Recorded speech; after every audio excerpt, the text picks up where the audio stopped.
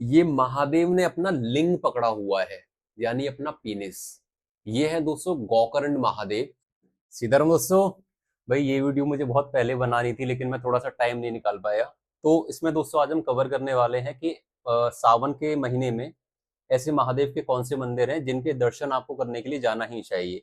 तो मैंने कुछ मंदिर निकाले हैं आपके नोएडा, गाजियाबाद, मथुरा, वृंदावन और हरिद्वार, ऋषिकेश के कुछ मंदिर हैं जहां मैं गया था दर्शन करने के लिए। ठीक है। तो पहला मंदिर है दोस्तों आपका गौरी शंकर महादेव, जो कि चांदनी चौक में है। जिनके दर्शन मैं कर चुका हूं ना, वो मैं आपको अभी स्क्रीन पे दिखाता भी रहूंगा। तो गौरी शंकर जी तो जो है ये 800 साल पुराने हैं, ठीक है। लेकिन इन्हीं के ठीक नीचे एक शिवलिंग है जो काफी पुराना है। ऐसा बताया जाता है कि वो पांडवों के समय का है, तो आपको वहां जाना चाहिए।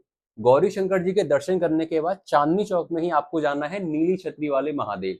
ये भी दोस्तों पांडवों ने ही इनकी स्थापना करी थी। हालांकि अब ये नहीं पता कि ये शिवलिंग वही है या चेंज हो चुका है, क्योंकि इसकी कुछ कहानियां हैं जो कि मैंने अपने व्लॉग में कवर की हैं, शॉर्ट व्लॉग में।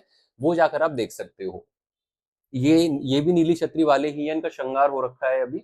इसके बाद दोस्तों चांदनी चौक में ही अगर आप चाहें तो गौरी शंकर जी के दर्शन करके पहले जाना आप घंटेश्वर महादेव के दर्शन करने, जो कि घंटेश्वर गली में है। अच्छा, ये जो शिवलिंग है ना, ये काशी के जो हमारे विश्वनाथ जी हैं उनके भाई साहब हैं ये। पता है क्यों? क्योंकि काशी में जो शिवलिंग है, विश्वनाथ जी उनकी स्थापना अहिल्या माता ने कराई थी, अहिल्या बाई जी ने। तो दिक्कत क्या आ रही थी कि मुगलों की वजह से ना स्थापना नहीं हो पा रही थी। तो उन्होंने प्लान बनाया कि दो शिवलिंग मंगाए जाएंगे, एक किसी और रास्ते से और एक दूसरे रास्ते से।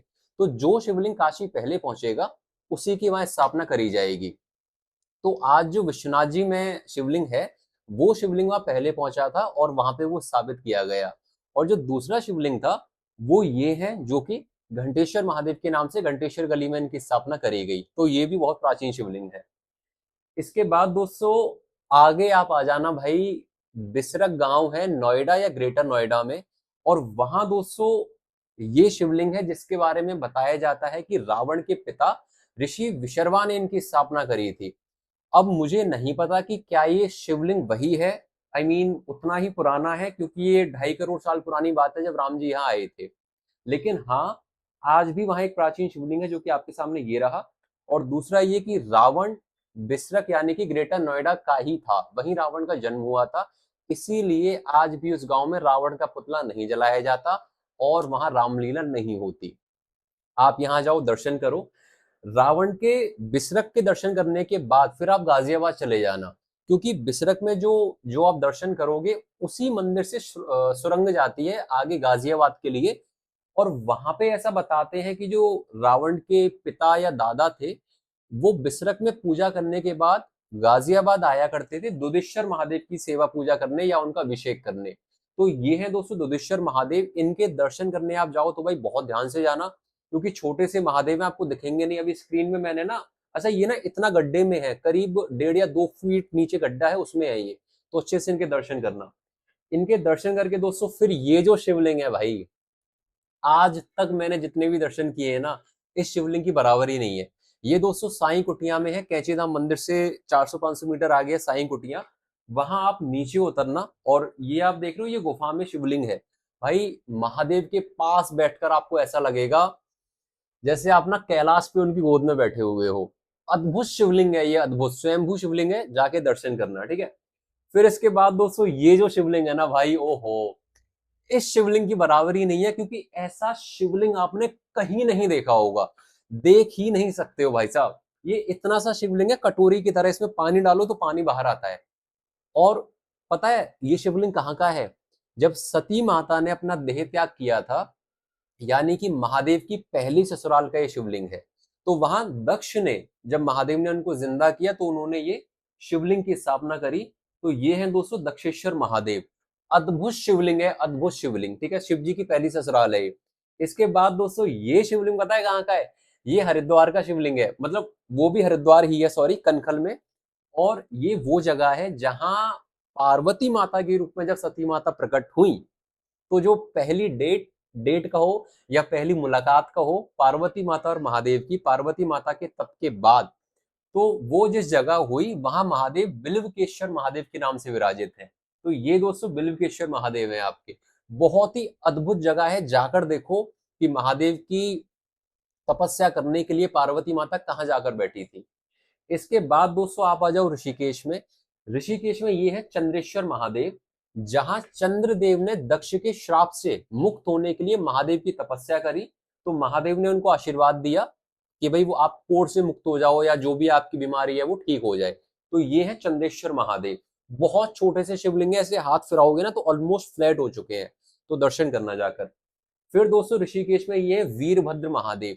आप सोचो जब वीरभद्र जी प्रकट हुए तो दक्ष का वध करने के बाद वो भयंकर क्रोध में थे, तो उनको शांत करने के लिए महादेव गए, उनको गले लगाया और वीरभद्र महादेव में ही विलीन हो गए, ऐसा वहां के पंडित जी लोग बताते हैं।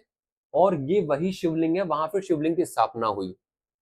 भाई वीरभद्र में पता है एक चीज क्या खतरनाक है, कि जगह जगह वहां जो मंदिर है वहां अपने आप शिवलिंग प्रकट हुए हैं, कई कई शिवलिंग। अब वहां के लोकलों का कहना है कि ये महादेव के गढ़ प्रकट हुए हैं। इसके बाद दोस्तों आप आ जाना मथुरा में, यानी कि हमारे ब्रज। तो ये दोस्तों मेरे घर के शिवलिंग है, घर के यानी कि मथुरा वृंदावन से हूं मैं, सॉरी मथुरा वृंदावन से हूं मैं। तो ये है गणतेश्वर महादेव। भाई मजे की बात सुनो, यहाँ पे महादेव पार्वती माता के साथ नहीं बैठे, ये कलेश कराएंगे अपने घर में किसी दिन। ये गायत्री माता है, गायत्री माता के साथ महादेव यहाँ विराजित है। और भाई देखो, ये जो शिवलिंग है दोस्तों महादेव का, ठीक है, थोड़ा सा जूम करता हूं मैं। ये महादेव ने अपना लिंग पकड़ा हुआ है, यानी अपना पीनिस। ये है दोस्तों गोकर्ण महादेव। इनकी कथा, गोकर्ण जी की कथा भागवत जी में भी आती है। और ऐसा लिंग पकड़ने का जो कारण है वो ये बताया जाता है कि अपनी इच्छाओं पर, अपनी वासनाओं पर, अपनी कामनाओं पर अगर हम काबू पा लें तो सब कुछ ठीक हो जाएगा। गोकर्ण महादेव, ऐसा स्वरूप भाई महादेव ही धारण कर सकते हैं। और भाई मतलब जो मतलब आप समझ सकते हो कि मैं क्या कहना चाह रहा हूँ यार, मतलब मैं शब्द नहीं है मेरे पास ना, बट फिर दोस्तों ये है हमारे गोपेश्वर महादेव, जहां महादेव को लुगाई बनना पड़ गया था। क्यों? क्योंकि कन्हैया के दर्शन करने थे। तो ये दोस्तों गोपेश्वर महादेव है। और उसके बाद दोस्तों, अच्छा, गोकर्ण जी मथुरा में है, गोपेश्वर जी वृंदावन में है, और ये है भूतेश्वर महादेव। महादेव ने पाउट बनाया हुआ है भाई, ठीक है। अब महादेव कमाल है यार, पता नहीं कैसे कैसे स्वरूप लेके बैठे हैं। तो ये है दोस्तों भूतेश्वर महादेव। और भूतेश्वर महादेव की स्थापना शत्रुघ्न भैया ने करी थी, जब लवणासुर राक्षस का वध करने के लिए वो यहाँ आए थे। तो भूतेश्वर महादेव जी के जाके दर्शन करना, ठीक है। अच्छा देखो, अब आपको लग रहा होगा कि सारे शिवलिंग हो चुके हैं, नहीं भाई, अभी भी वृंदावन में कुछ शिवलिंग है, मथुरा में है, जैसे वनकंडी महादेव, जहां महादेव अपने भक्त के लिए खुद ही आके प्रकट हो गए थे। फिर अगर आप नंदगांव जाओगे तो वहां पे नंदीश्वर महादेव है, जिनके दर्शन अभी मैंने कुछ दिन पहले अपने ब्लॉग में कराए हैं। फिर नंदगांव में ही आशीश्वर महादेव है, ठीक है। तो वो सारे शिवलिंग मैंने कवर किए नहीं है क्योंकि बहुत बड़ी वीडियो हो जाती, और मेरा पहला ये लॉन्ग ब्लॉग है। आई जस्ट वांट कि भाई मेरा चैनल मोनेटाइज हो जल्दी से जल्दी, ठीक है, और मैं और अच्छे से ना, मतलब फुल फ्लेज इसी पे काम करूं, और आप लोगों को अलग अलग जगह के दर्शन कराऊं और सभी की कहानियां बताऊं। तो ये दोस्तों सावन के दर्शन हैं जो आपको जाकर करने चाहिए सावन खत्म होने से पहले। हालांकि अब वहां भीड़ मिलेगी आपको सभी जगह, लेकिन अगर आप बाद में भी जाना चाहो तो आपको पता होना चाहिए कि आपके घरों के आसपास ही कितने प्राचीन प्राचीन शिवलिंग और महादेव और मंदिर हैं जिनके दर्शन आपको करने के लिए जाना चाहिए, ठीक है। सीताराम।